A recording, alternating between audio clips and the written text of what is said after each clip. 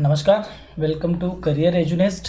आज के इस वीडियो में हम बात करने वाले हैं प्रोडक्शन फंक्शन की और स्पेशली हम बात करेंगे शॉर्ट रन प्रोडक्शन फंक्शन, जिसे हम लॉ ऑफ वेरिएबल प्रोपोर्शंस भी कहते हैं। तो ये जो चैप्टर है ये रिलेटेड है माइक्रो इकोनॉमिक्स के जो सब्जेक्ट है उससे रिलेटेड है। अगर आपके सिलेबस में माइक्रो इकोनॉमिक्स है, इकोनॉमिक्स है, मैनेजरियल इकोनॉमिक्स है, मेफा है, तो ये क्लास आपके लिए हेल्पफुल है। तो आज के इस पूरे टॉपिक में हम क्या पढ़ने वाले हैं उसको देख लेते हैं। Production function, factor of production function, types of production function, short run production function यानी कि लॉ ऑफ वेरिएबल प्रोपोर्शन, और ये लॉन्ग रन, और ये इनको हम अदर वीडियो में डिस्कस करने वाले हैं। तो आज का अपना जो video short run production function से रिलेटेड है, तो करते हैं शुरुआत। बात करते हैं production and factor of production की। देखो दोस्तों, प्रोडक्शन क्या होता है। जब हम कोई टॉपिक पढ़ रहे हैं तो हमें उस टॉपिक को जीरो से लेकर उसको ऑप्टिमम हमें उसको पढ़ना होता है कि हम उस टॉपिक का बैकग्राउंड भी जान लें और उस टॉपिक को डिटेल में डिस्कस कर लें। तो प्रोडक्शन क्या होता है? The creation of utility is known as production. बहुत सिंपल सी इसकी डेफिनेशन है कि किसी भी जो रॉ मटेरियल है उस रॉ मटेरियल में क्या क्रिएट करना, यूटिलिटी क्रिएट करना। इस यूटिलिटी का जो क्रिएशन करने की जो प्रोसेस है, उस क्रिएशन करने की प्रोसेस को ही क्या बोलते हैं? प्रोडक्शन कहा जाता है। और यूटिलिटी क्या होती है? The want satisfying power of A commodity.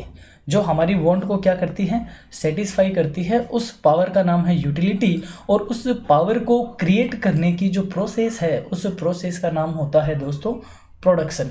सो हम ये कह सकते हैं कि production consist a various process to add utility to natural resources for gaining greater satisfaction from them. यानी नेचुरल रिसोर्सेज में यूटिलिटी को ऐड करना या उसको क्रिएट करना ताकि हम उनसे और भी ज़्यादा सेटिस्फेक्शन ले सके, उस प्रोसेस का नाम है प्रोडक्शन। अब इस प्रोडक्शन प्रोसेस में जो हमारी हेल्प करता है, यानी जो फैक्टर हमारी हेल्प करते हैं, उन्हें हम क्या कहते हैं? Factors of production. यानी कि factors that helps in the production process are known as factors of production. यानी कि हम जब कुछ आउटपुट बनाना चाहते हैं, यानी हमें चाहिए बेटा प्रोडक्शन, तो हम कुछ ना कुछ क्या लगाएंगे? इनपुट जरूर लगाएंगे, और इन इनपुट्स को ही क्या कहते हैं? फैक्टर्स ऑफ प्रोडक्शन कहते हैं। Factors of production refers to the inputs also, यानी इन्हें इनपुट्स भी कहते हैं, और ये वो है जो हमारी प्रोडक्शन में क्या करते हैं? हेल्प करते हैं। तो आई होप आप प्रोडक्शन और फैक्टर ऑफ प्रोडक्शन को समझ चुके हो। अब बात करते हैं फैक्टर्स ऑफ प्रोडक्शन की डिटेल में कि कितने तरह के होते हैं, कौन कौन से होते हैं। Land, labour, capital, organisation and entrepreneur. ये 5 तरीके के फैक्टर ऑफ प्रोडक्शन होते हैं। इनको समझ लेते हैं किसकी क्या खास बात है। लैंड में क्या आता है? ऑल गॉड गिफ्टेड आइटम्स, यानी प्राइमरी फैक्टर, यानी जिसको हम रॉ मटेरियल भी यहाँ पे रख लेंगे, लैंड वगैरह, यानी कि जो भी हमारे को गॉड गिफ्ट, यानी जो नेचर ने हमें दिया है, उन सारी चीज़ों को किस में रखा जाता है? लैंड में रखा जाता है। लेबर की क्या खास बात है? Labour is a active and primary factor of production. इन सारे फैक्टर में जो सबसे जो एक्टिव फैक्टर है वो कौन सा है? लेबर है। यानी लेबर खुद से हाथ से काम करेगा, वह इन बाकी फैक्टर को एक्टिव करने का काम करेगा। कैपिटल की बात करें, it is not primary but produced factor of production. ये प्राइमरी तो नहीं है, बट बाकी सारे फैक्टर ऑफ प्रोडक्शन का ये क्या है? मेन यू कहे अट्रैक्शन है, या कैपिटल के बिना बाकी सारी चीज़ें ठीक तरीके से काम नहीं करती। ऑर्गेनाइजेशन की बात करें, it is the collective factor of all other factor. यानी लैंड को, लेबर को, कैपिटल को और एंटरप्रेन्योर का जो कलेक्टिव फॉर्म है उसको क्या बोलते हैं? ऑर्गेनाइजेशन बोलते हैं। और एंटरप्रेन्योर होता है मालिक। यानी sometime it is got negative reward, यानी इसको प्रॉफिट भी हो सकता है और इसको लॉस भी हो सकता है। बाकी सबके हमेशा पॉजिटिव ही रिवॉर्ड मिलेंगे, बाकी सबको क्या मिलेगा? पॉजिटिव रिवॉर्ड मिलेगा। बस एंटरप्रेन्योर ऐसा है जिसको कभी कभी नेगेटिव रिवॉर्ड भी मिल जाता है। और आपने फैक्टर प्राइसिंग में देखा भी होगा, लैंड को जो रिवॉर्ड मिलता है उसको क्या बोलते हैं? रेंट। लेबर को जो मिलता है उसको वेजेज। कैपिटल को जो मिलता है वो इंटरेस्ट। और एंटरप्रेन्योर के लिए जो बचता है वो प्रॉफिट एंड लॉस। ये इनके क्या है? रिवॉर्ड है। अब बात करते हैं प्रोडक्शन फंक्शन की। प्रोडक्शन फंक्शन क्या होता है कि हमें किसी एक्स कमोडिटी का क्या चाहिए, प्रोडक्शन चाहिए, तो हम उसके लिए क्या लगाएंगे, इनपुट्स लगाएंगे। अब इनपुट्स कितने होंगे वो डिपेंड्स करेगा उसके आउटपुट पे, सॉरी आउटपुट क्या होगा वो डिपेंड करेगा उसके इनपुट पे। यानी फॉर एग्जांपल आपको यहाँ किसी कमोडिटी की 1 kg क्वांटिटी चाहिए, तो आपको उसी तरीके से 1 kg प्लस आपको 1 kg के अकॉर्डिंग ही क्या लगाने पड़ेंगे, इनपुट्स लगाने पड़ेंगे। अर्थात मैं ये कहना चाह रहा हूँ कि जैसे मान लो आप मार्केट से जो भी कुछ खाते हो, जैसे मान लो आपने कोई चिप्स खाई, तो आप अलग अलग टाइम पे खाते हो, लेकिन फिर भी उसका टेस्ट क्या होता है, हर बार एक जैसा क्यों होता है, क्योंकि वो क्या फॉलो करते हैं, प्रोडक्शन प्रोसेस या प्रोडक्शन फंक्शन फॉलो करते हैं कि ये इनपुट्स हम लगाएंगे, ये इतनी इतनी मसाले की क्वांटिटी होगी और उनको इस पर्टिकुलर आंच पे हम पकाएंगे, इस पर्टिकुलर प्रोसेस से हम निकालेंगे और हमारे पास क्या आएगा, आउटपुट आएगा। तो वो आउटपुट हमेशा क्या होता है, एक जैसा होता है। तो प्रोडक्शन फंक्शन क्या होता है, relationship between output and input. Input और आउटपुट में जो फंक्शनल रिलेशन होता है वो होता है प्रोडक्शन फंक्शन। यानी इनपुट बढ़ेंगे तो आउटपुट भी बढ़ेगा, इनपुट घटेंगे तो आउटपुट भी घटेगा। तो इसको समझ लेते हैं theoretically. Production function is the relationship between the quantities of inputs needed to produce a given level of output. Particular एक गिवन लेवल ऑफ आउटपुट की क्वांटिटी हमें नीड होती है, उसके अकॉर्डिंग हम उसको उसमें क्या इन्वॉल्व करते हैं, उसके अकॉर्डिंग हम उसमें इनपुट यूज करते हैं। तो इनपुट में और आउटपुट में जो रिलेशन बनता है उसको बोलते हैं प्रोडक्शन फंक्शन। इसको मैथमेटिकली हम इस तरीके से एक्सप्रेस कर सकते हैं कि production of x commodity is equal to functional relation between inputs of production, यानी Px is equal to production of x commodity. F stands for functional relation and ABCD is inputs of production. Inputs increase होंगे तो definite सी बात है output भी increase होगा, input decrease हुआ तो output भी डिक्रीज होगा। और ये पर्टिकुलर जो प्रोडक्शन फंक्शन है ये पर्टिकुलर एक टेक्नोलॉजी पे काम करता है। जैसे आप इधर गेहूं डालते हो, ये यहाँ पे आटा चक्की हो गई, ठीक है, ये आटा चक्की हो गई, गेहूं आपने इधर डाला और इधर से क्या आ गया, आटा आ गया। तो अब अगर गेहूं आप ज़्यादा डालोगे तो आटा भी क्या आएगा, ज़्यादा।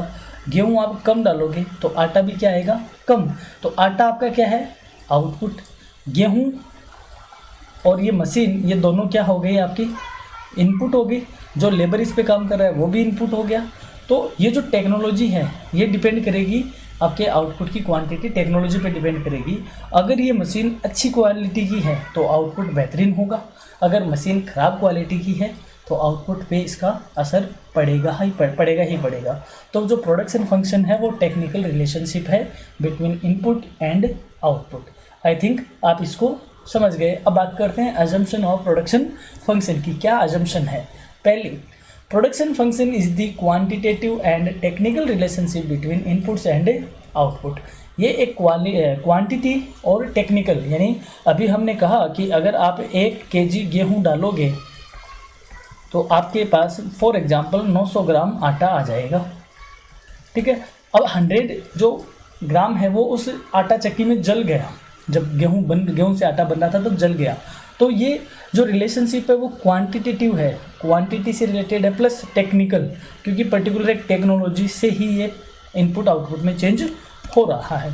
It is a engineering concept. ये सिर्फ इंजीनियरिंग कॉन्सेप्ट है क्योंकि इसमें एक टेक्निक काम करती है। It is a relationship between physical quantity only. ये सिर्फ फिजिकल क्वांटिटी से रिलेटेड है, प्राइस से इसका कोई लेना देना नहीं है कि जो आउटपुट आएगा आप उसको मार्केट में किस रेट पे बेचोगे, इससे प्रोडक्शन फंक्शन को कोई लेना देना नहीं होता। It is related to certain time period. ये पर्टिकुलर एक टाइम पीरियड से रिलेटेड होता है, एक सर्टेन टाइम पीरियड से रिलेटेड होता है। Next, divisibility of factors of production in small units, यानी जो फैक्टर ऑफ प्रोडक्शन है उनको हम स्मॉल यूनिट में डिवाइड कर सकते हैं, ये इसकी अजम्पशन है। तो यहाँ पर हमने कुछ अजम्पशन को डिस्कस किया है जो कि एक प्रोडक्शन फंक्शन की होती है। अब बात करते हैं कि ये प्रोडक्शन फंक्शन कितने तरह का होता है। प्रोडक्शन फंक्शन 2 तरीके का होता है, एक होता है शॉर्ट रन प्रोडक्शन फंक्शन और एक होता है long run production function. Short run वो होता है जहाँ पे हमारे पास वेरिएबल और फिक्स्ड दोनों तरीके के फैक्टर होते हैं, और लॉन्ग रन उसको कहते हैं जहाँ पर हमारे पास सारे ही फैक्टर क्या होते हैं, वेरिएबल होते हैं। देख लेते हैं। Short run is that time of period in which some factors of production are fixed and some are variable, यानी कुछ फैक्टर हमारे पास फिक्स होंगे और कुछ फैक्टर हमारे पास वेरिएबल होंगे। It is known as law of variable proportions. इसको लॉ ऑफ वेरिएबल प्रोपोर्शन भी कहा जाता है, यानी कि परिवर्तनशील अनुपातों का नियम। वहीं लॉन्ग रन की बात करें तो long run is that time of period in which all factors of production are variable. It is also known as returns to scale और आइसोक्वांट एनालिसिस। इसको रिटर्न्स टू स्केल भी कहते हैं, या इसका दूसरा नाम है आइसोक्वांट एनालिसिस। आज का जो अपना टॉपिक है दोस्तों वो है शॉर्ट रन प्रोडक्शन फंक्शन। अब हमारा टॉपिक स्टार्ट होता है जो आज की वीडियो का टॉपिक है। यहाँ तक हमने जाना कि प्रोडक्शन क्या होता है, फैक्टर प्रोडक्शन क्या होता है, प्रोडक्शन फंक्शन क्या होता है, और short run and long run क्या होता है। अब बात करते हैं शॉर्ट रन प्रोडक्शन फंक्शन की। अभी हमने कहा हमारे पास दोनों तरीके के फैक्टर होंगे, फिक्स भी होंगे और वेरिएबल भी होंगे। अब ये इकोनॉमिक्स में हम जहाँ भी शॉर्ट रन की बात करते हैं उसकी डेफिनेशन यही है कि फर्म के पास दोनों तरीके के फैक्टर होंगे। Short run production function is states that as we increase the क्वांटिटी of one input which is combined with other fixed input, the marginal physical productivity of the variable input must eventually decline। अब ये क्या हुआ, इसको थोड़ा सा simple करके समझते हैं कि देखो हमारे पास दोनों तरीके के फैक्टर हैं, फिक्स फैक्टर भी है और वेरिएबल फैक्टर भी है। फिक्स फैक्टर हमारा हर लेवल पे क्या है, फिक्स है, क्योंकि उसमें तो हम चेंज कर ही नहीं पा रहे। हम किस में चेंज कर पा रहे हैं, सिर्फ वेरिएबल में। तो हमने पहले एक फिक्स फैक्टर के साथ एक वेरिएबल यूनिट को हमने इम्पोज किया, फिर 1 के साथ 2, फिर 1 के साथ 3, 1 के साथ 4, 1 के साथ 5। तो हमारे पास इधर प्रोपोर्शन बने, ये लो। अब ये प्रोपोर्शन हमारे क्या है, वेरिएबल है, चेंज हो रहे हैं। ये प्रोपोर्शन वेरिएबल है, इसीलिए इसका नाम क्या है दोस्तों, लॉ ऑफ वेरिएबल प्रोपोर्शन। हम प्रोपोर्शन को चेंज कर सकते हैं, इसमें स्केल को चेंज हम नहीं कर पाते हैं। अब हमारा इधर है मार्जिनल फिजिकल प्रोडक्शन। जब हमने एक फिक्स फैक्टर के साथ एक यूनिट ऑफ वेरिएबल फैक्टर को इम्पोज किया, तो फॉर एग्जांपल हमारे पास कितनी यूनिट का प्रोडक्शन हुआ, 3 यूनिट का प्रोडक्शन हुआ। जब 2 लगाई तो हमारे पास 5 यूनिट का प्रोडक्शन हुआ, 3 लगाई तो हमारा प्रोडक्शन, जो मार्जिनल की बात कर रहा हूँ, 5 हुआ था, फिर हमारा 4 हो गया, फिर हमारा 0 हो गया और फिर हमारा नेगेटिव हो गया।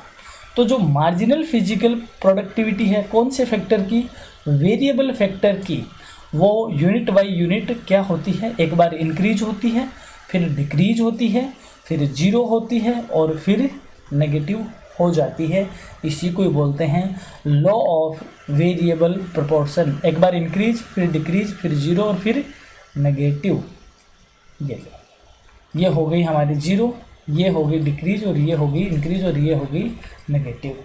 तो आई होप आपको ये समझ में आया होगा कि लॉ ऑफ वेरिएबल प्रोपोर्शन का मतलब क्या होता है।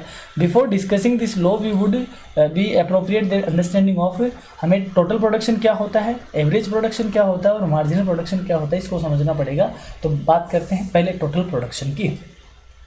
Total production is the total resulting from the efforts. इनको मैं एक बार यहाँ से स्किप करता हूँ, मैं सीधा आपको टेबल पे ले जाके वहाँ पर इन तीनों चीज़ों को एक साथ बता दूंगा। यहाँ पर आते हैं सीधा लॉ ऑफ वेरिएबल प्रोपोर्शन की। Law of variable it refers to input output with one factor variable keeping quantities of other factor fixed. The law is operates in the short run when some factors of production are fixed and some are variable।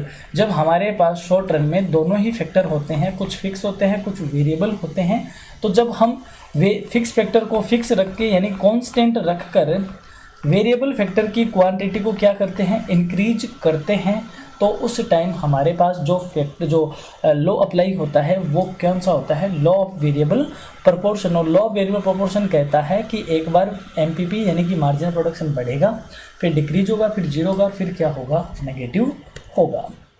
Assumption क्या है, वही production function वाली assumption है।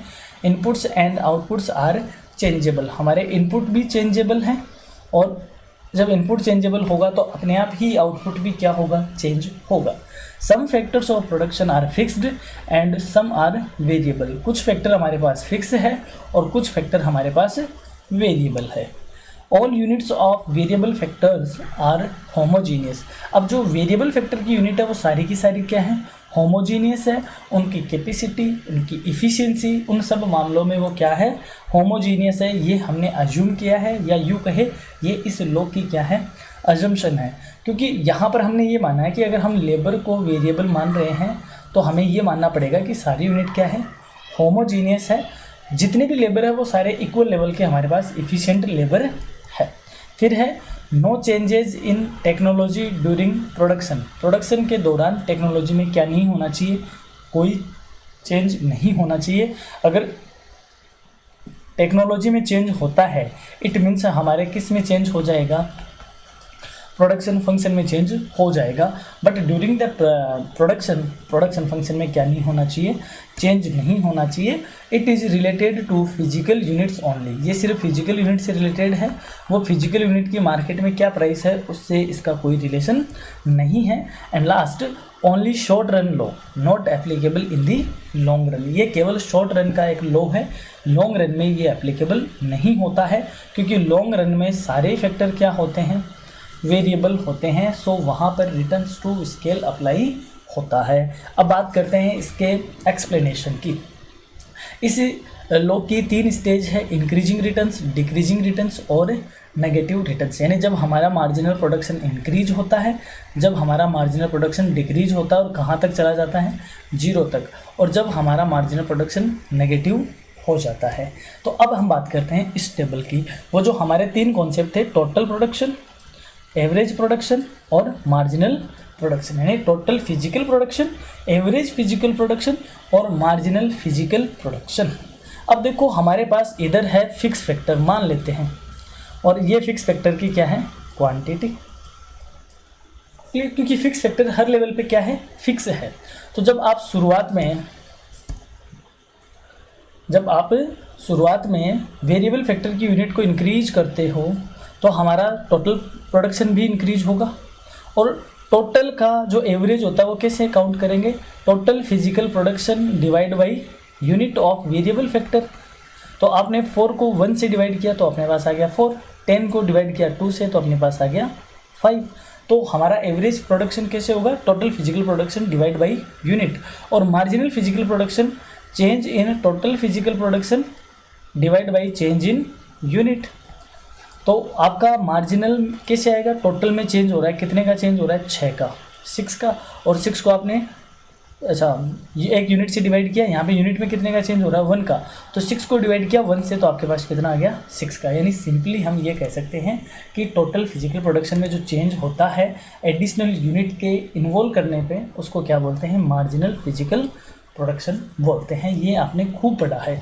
अब हम बात कर लेते हैं शुरुआत में जैसे जैसे हमारे फैक्टर इंक्रीज हो रहे हैं, इधर हमने वेरिएबल फैक्टर की क्वांटिटी को लिया है और इधर हमारे पास क्या है, प्रोडक्शन। तो हमारा ये जो मार्जिनल प्रोडक्शन है ये शुरुआत में क्या होता है, इंक्रीज होता है, 6 हुआ, 6 से 8 हुआ, फिर उसके बाद ये क्या होने लग गया, डिक्रीज होने लग गया, उसके बाद ये डिक्रीज होने लग गया और एक पॉइंट पे जाकर ये क्या होने लग गया, नेगेटिव हो गया। जब हमारा मार्जिनल फिजिकल प्रोडक्शन इंक्रीज हो रहा था तब हमारा टोटल बहुत स्पीड से इंक्रीज हो रहा था, ठीक है।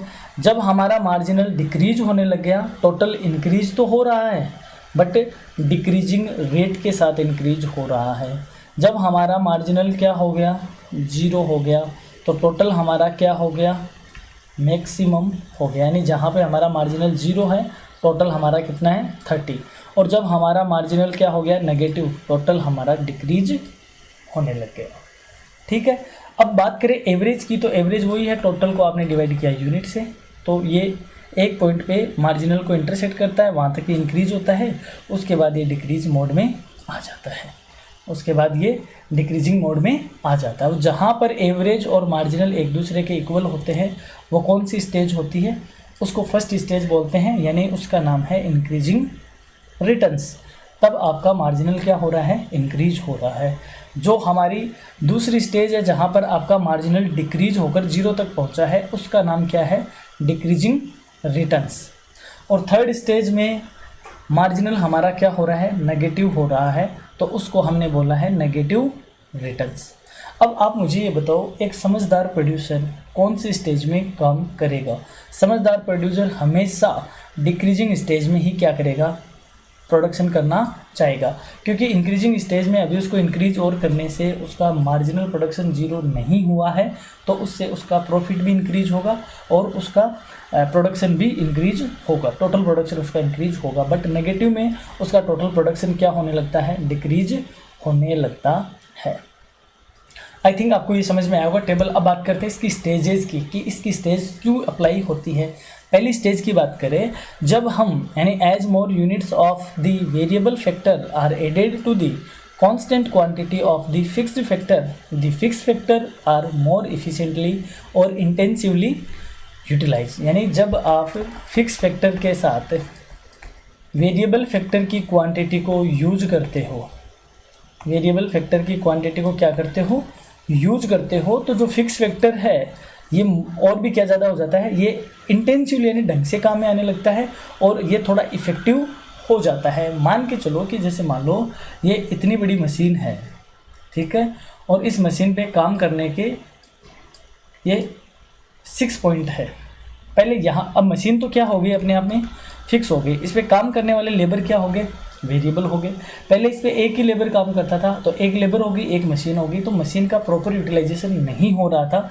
फिर आपने दूसरा लेबर लगा दिया, अब मशीन थोड़ी और इफ़िशिएंट यूज होने लगी।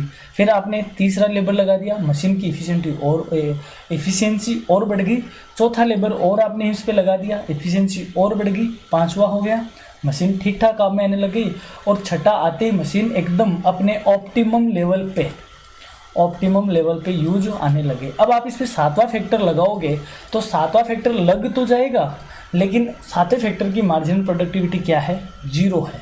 इट मीन्स 7वें फैक्टर को हटाने से आपके टोटल प्रोडक्शन पे कोई फ़र्क नहीं पड़ेगा, बट 7वां फैक्टर लगाने के बाद भी अगर आप लगाते हो तो आपका टोटल प्रोडक्शन क्या होने लगता है, डिक्रीज होने लगता है। तो ये आपकी फर्स्ट स्टेज है जहाँ पर दोनों ही क्या हो रहे हैं, इंक्रीज हो रहे हैं। Second stage, in this stage both marginal production and average production of the variable factor are diminish. Second phase में दोनों ही क्या होने लगते हैं, डिक्रीज होने लगते हैं, बट आर पॉजिटिव, बट दोनों ही क्या रहते हैं, पॉजिटिव भी रहते हैं। At the end of this stage the MPP of variable factor is 0। Second stage वहाँ तक अप्लाई होती है जहाँ पर मार्जिनल प्रोडक्शन क्या हो जाए, 0। This stage is very important because the firm will seek to produce within this range। ये स्टेज बहुत ज़्यादा इम्पोर्टेंट है क्योंकि एक फर्म इसी ही रेंज के अंदर क्या करना चाहती है, अपना प्रोडक्शन करना चाहती है। Decreasing both MPP and APP. शुरुआत में एमपी इंक्रीज होता है, इस स्टेज में दोनों ही क्या होते हैं, डिक्रीज होते हैं। बात करें थर्ड स्टेज की, थर्ड स्टेज में MPP is negative. Third stage में एमपीपी नेगेटिव हो जाता है। सो एपीपी यानी average physical production and total physical production are diminishing. फिर दोनों ही क्या होने लगते हैं, डिमिनिश होने लगते हैं।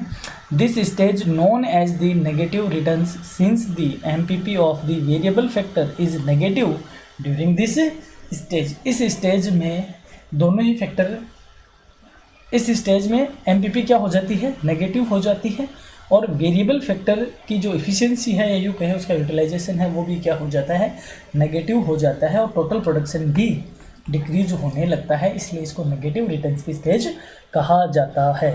आई होप आपको ये समझ में आया होगा।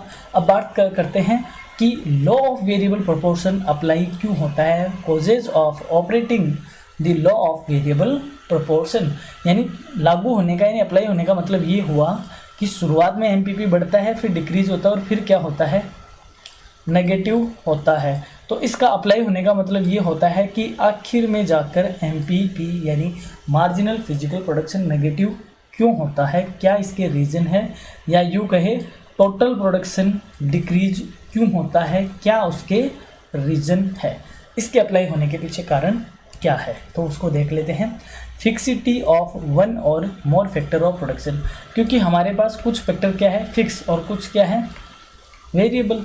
तो हम शॉर्ट रन में वेरिएबल में तो चेंज कर पाते हैं, बट हम किस में चेंज नहीं कर पाते, फिक्स में चेंज नहीं कर पाते। तो फिक्स के साथ वेरिएबल एक लेवल तक तो इंक्रीज करते हैं, लेकिन उसके बाद इफ़िशिएंसी को क्या कर देते हैं, डिक्रीज कर देते हैं।